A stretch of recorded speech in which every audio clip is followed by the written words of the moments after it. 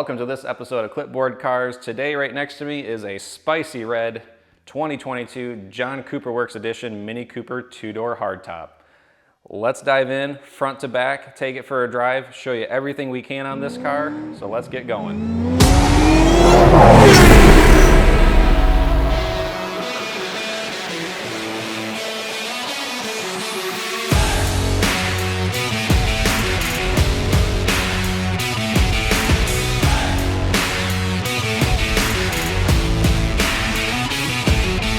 What is the whole appeal of a hot hatch car like the Mini Cooper JCW?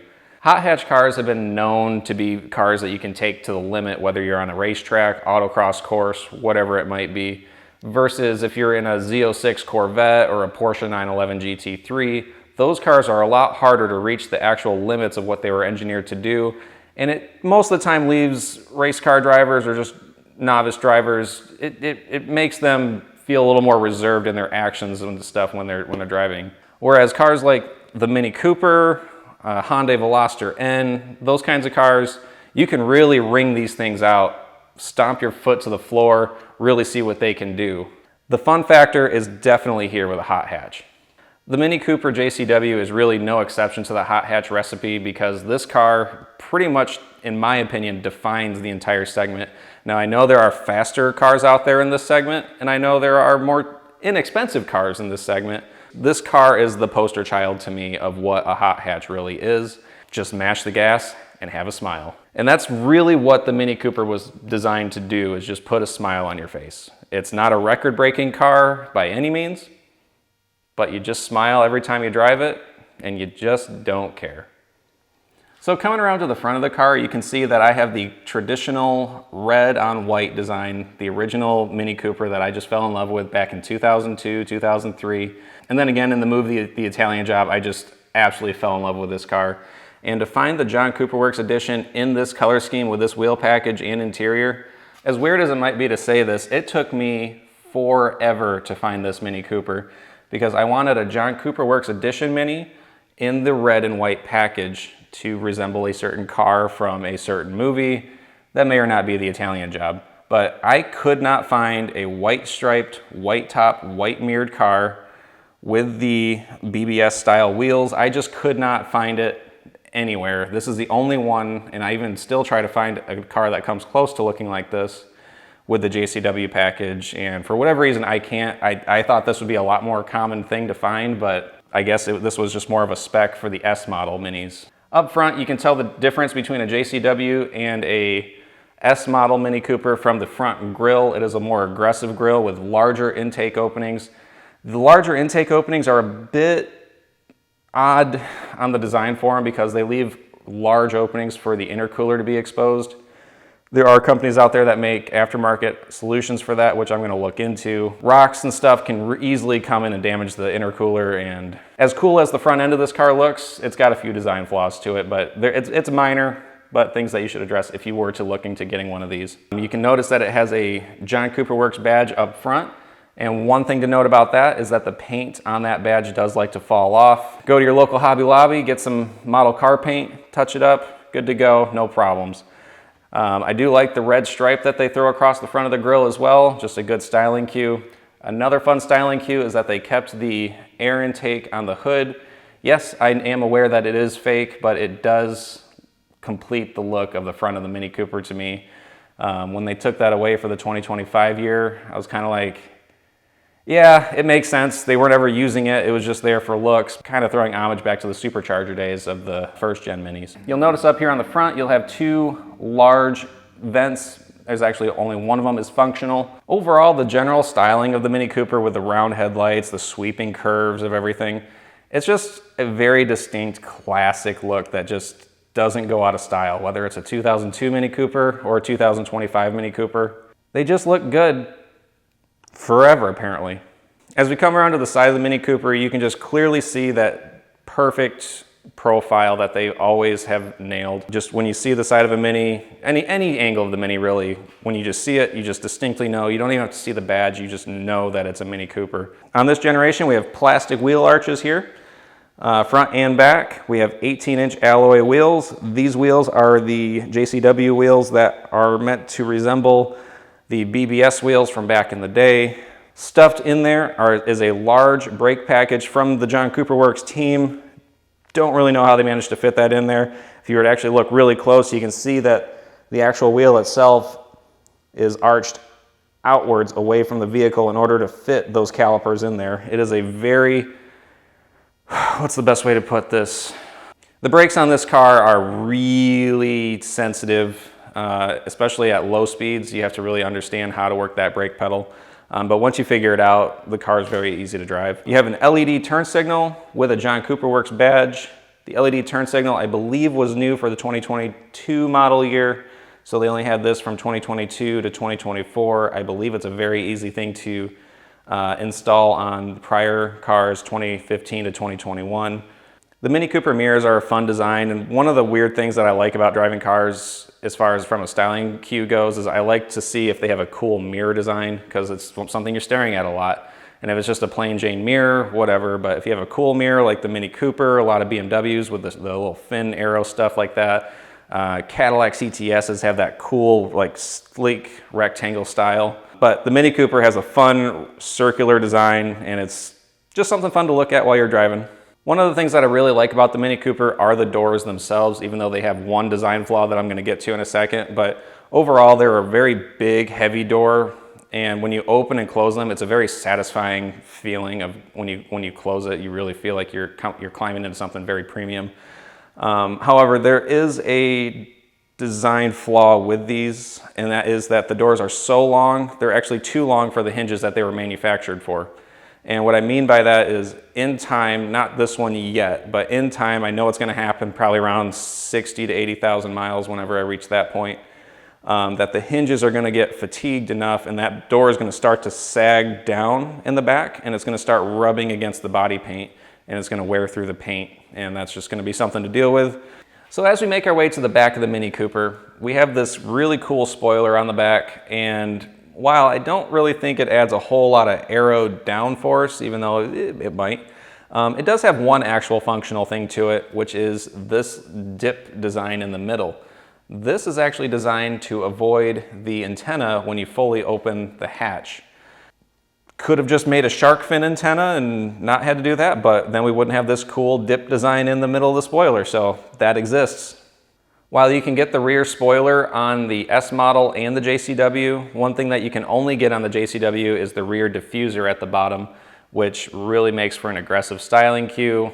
Again, whether or not it's actually functional, subjective. But what's not subjective is the performance exhaust that comes on the JCW package, and this is, I would say, aggressive enough for daily driving use.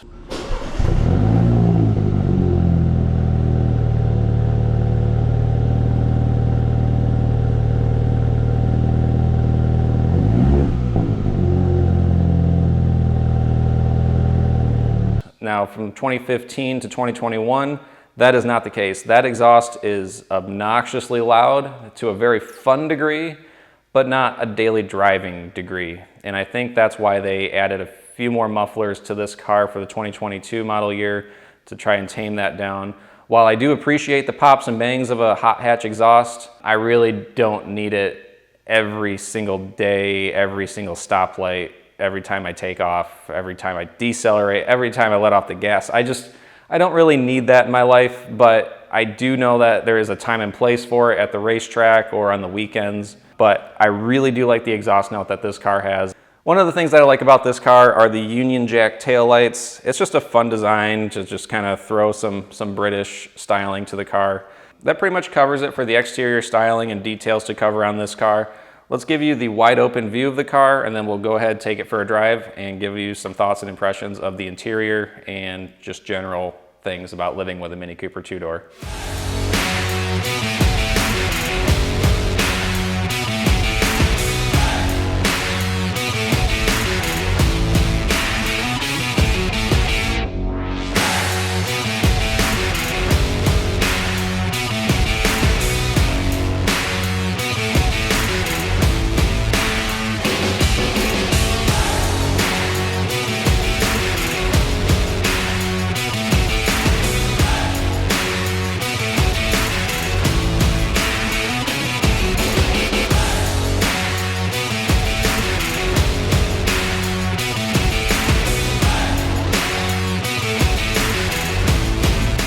All right, so we're driving the Mini Cooper John Cooper Works.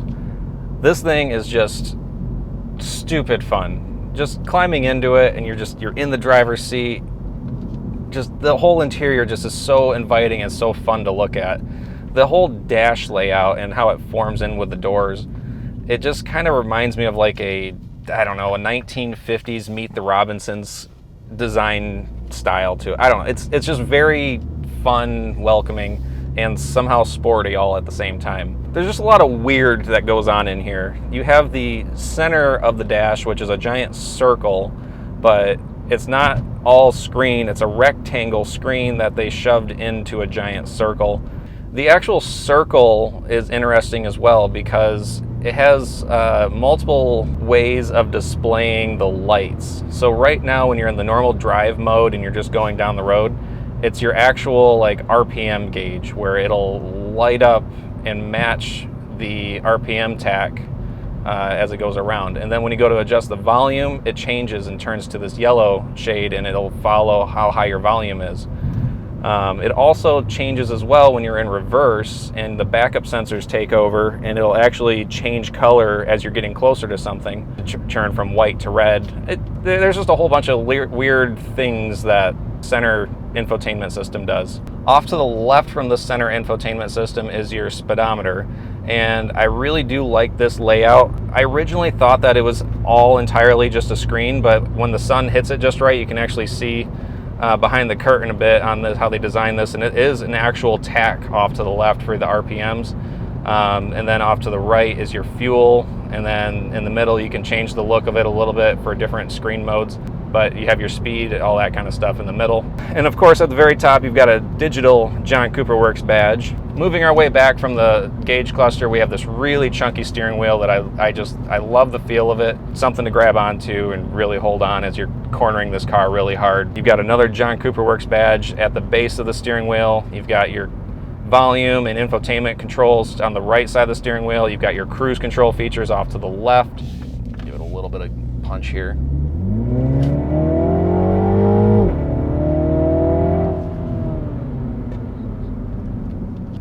This Mini is standard equipped with IS, and that is involuntary smiling. It just never gets old. Mini Cooper has 3 drive modes. You've got Eco mode, Mid mode, and Sport mode. Eco mode is interesting because you do get your best fuel economy, and it does an interesting thing with the transmission that a lot of Mini Coopers and BMWs do. And that is when you flip it in Eco mode, when you let your foot off of the gas and the brake, you're not touching any of the pedals, it'll immediately shift into neutral and the car just glides and coasts along in neutral. It's just an interesting thing that happens when you're in Eco mode. When you're in mid mode, everything's very well balanced. You have a really good amount of acceleration. Everything just feels good with the car. And then when you're in sport mode, it's everything that this car has. It just unlocks all of it. I would suggest turning off traction control if you're actually trying to do a hard acceleration because it does cut in and it does like to bog things down a lot. Turning radius on the Mini Cooper, can't beat it. It's a small car. I don't know what the exact measurement is, but it doesn't take much to turn around. This exhaust though is, I don't know how to describe it. It just...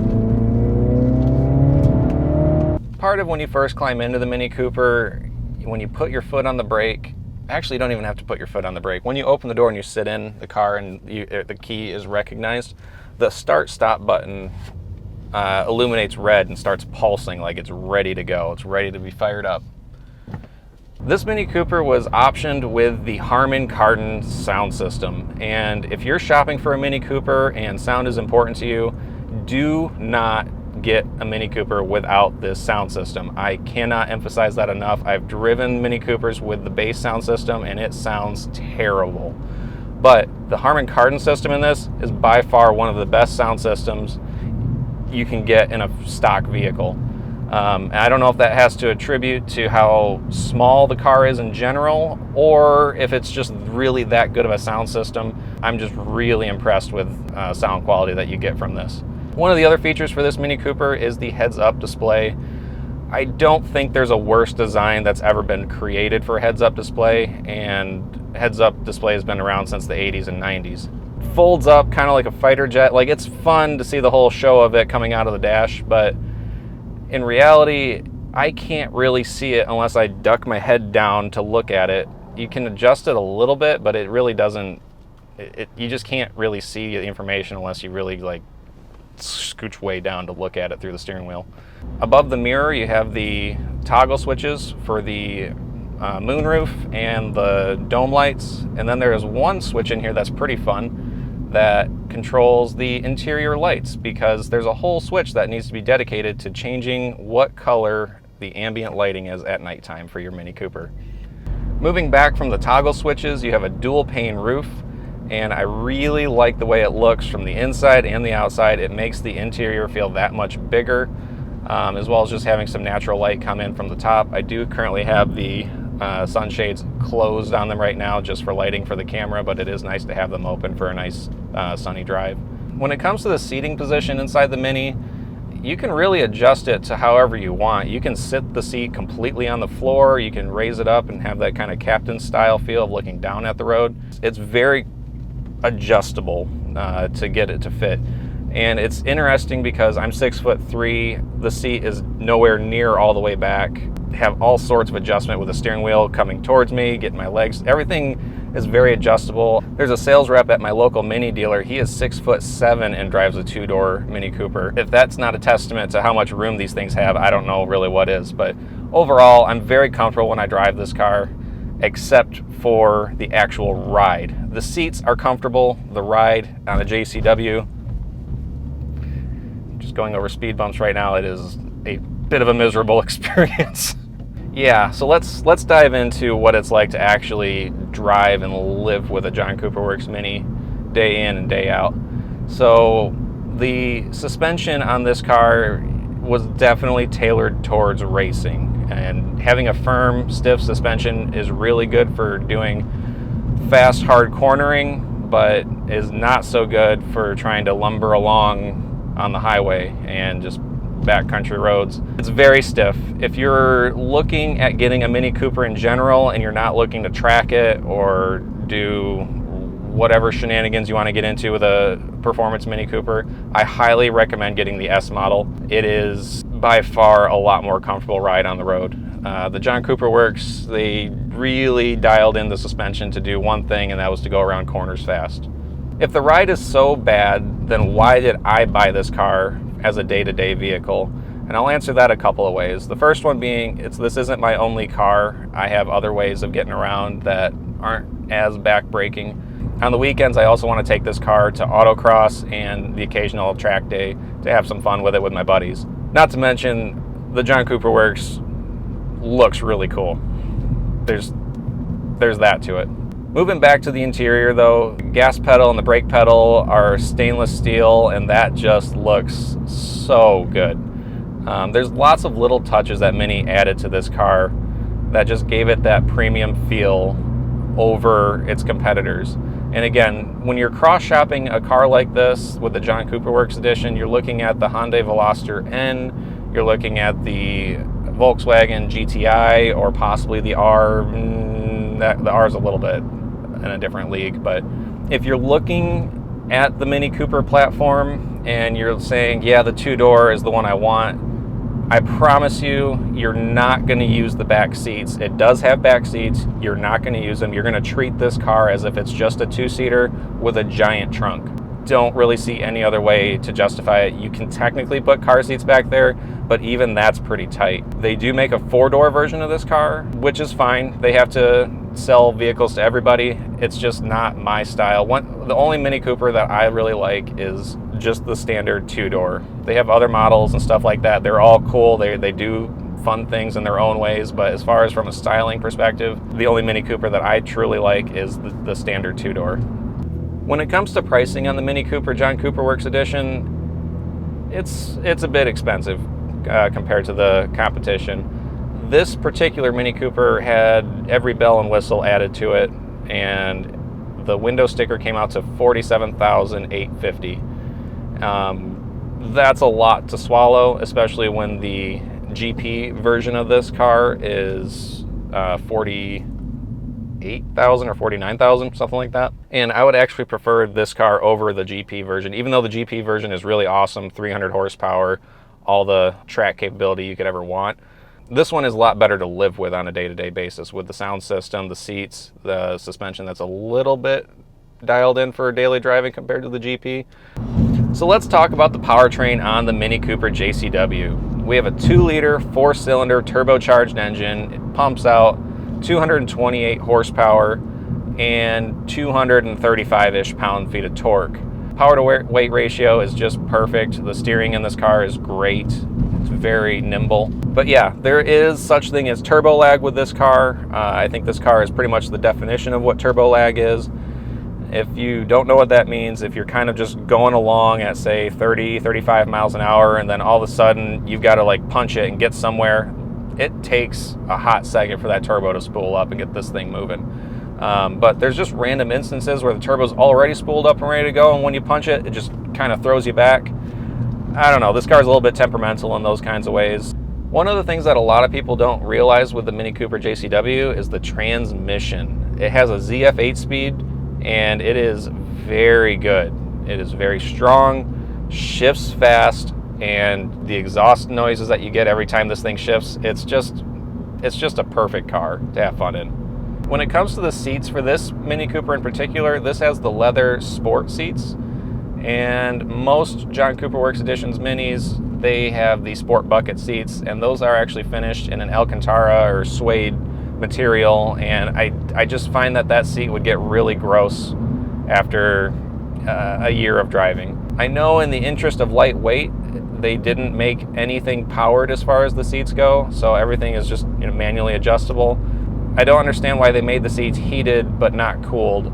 I understand that's a little more weight, but it really would have gone a long ways because every time I get out of this car, my back is just completely sweaty. Let me dive back to the infotainment system because while everything about it functions and operates great and smooth, there's no glitching or lagging going on with it. Only has Apple CarPlay and not Android Auto, and I just, for the life of me, I can't understand or figure out why they did that. That's half of their customers. To this day, they could still, at any point, offer a software update that enables Android Auto for these. I don't know, it just doesn't make sense to me. This center armrest is adjustable up and down, get it to the right position for where you want it to be. It's only good for one person, and instead of having storage in the middle when you open it up, you'll see that it's a wireless car charger, and while that would be kind of sleek and smart to do that to keep up with modern technology, you have to have the smallest phone without a case on it in order to get it to fit in here. I don't know, it's a bit weird. On the 22 and newer Mini Coopers, they changed it to a touchscreen infotainment system, but however, before that, it was a turn dial that you have down here with buttons that you could cycle through the menus. The way to access and get around to it is very awkward. You have to actually fold up the center console, and even my arms are just a little bit too long. It's still awkward to actually get to it and function that way. On the left of the center console, you have a real e-brake to pull up on to put the parking brake on. North of that is your electronic shifter, and then in front of that are two good-sized cup holders. Wouldn't say they would hold like big gulps or anything like that, but they hold regular 12-ounce cans and 24-ounce bottles. In front of that, you have two charging ports and a little spot for storage. The glove box is pretty standard, nothing special going on there. When you come around and look at the doors, the actual unlock and lock buttons are on the door handle themselves. Make a note for yourself that if you do buy one of these, just be gentle with the door handles, because if that's all integrated into the door handle, I can't imagine how expensive that's going to be to fix if you were to break that. I really like the overall design of the doors. I like this gloss black finish of this oval that kind of flows through the door. The armrest is in a great spot. It's also thick and chunky, so you can grab onto it to open and close the door. These doors are frameless, so when you have the windows rolled all the way down and you open the door, you feel pretty cool.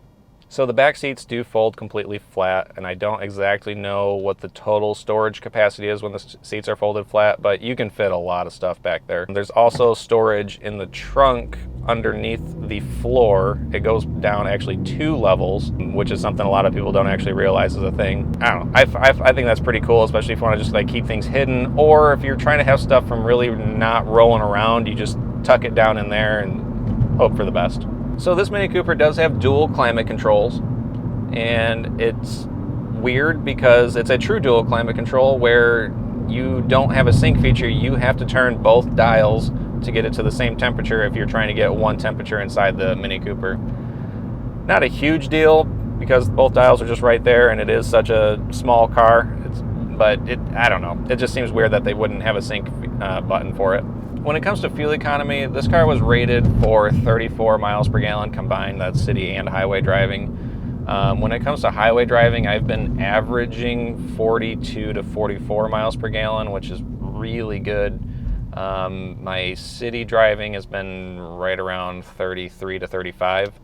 So, I mean, as far as having a fun performance car that can also do the daily driver duties, like, it's pretty good.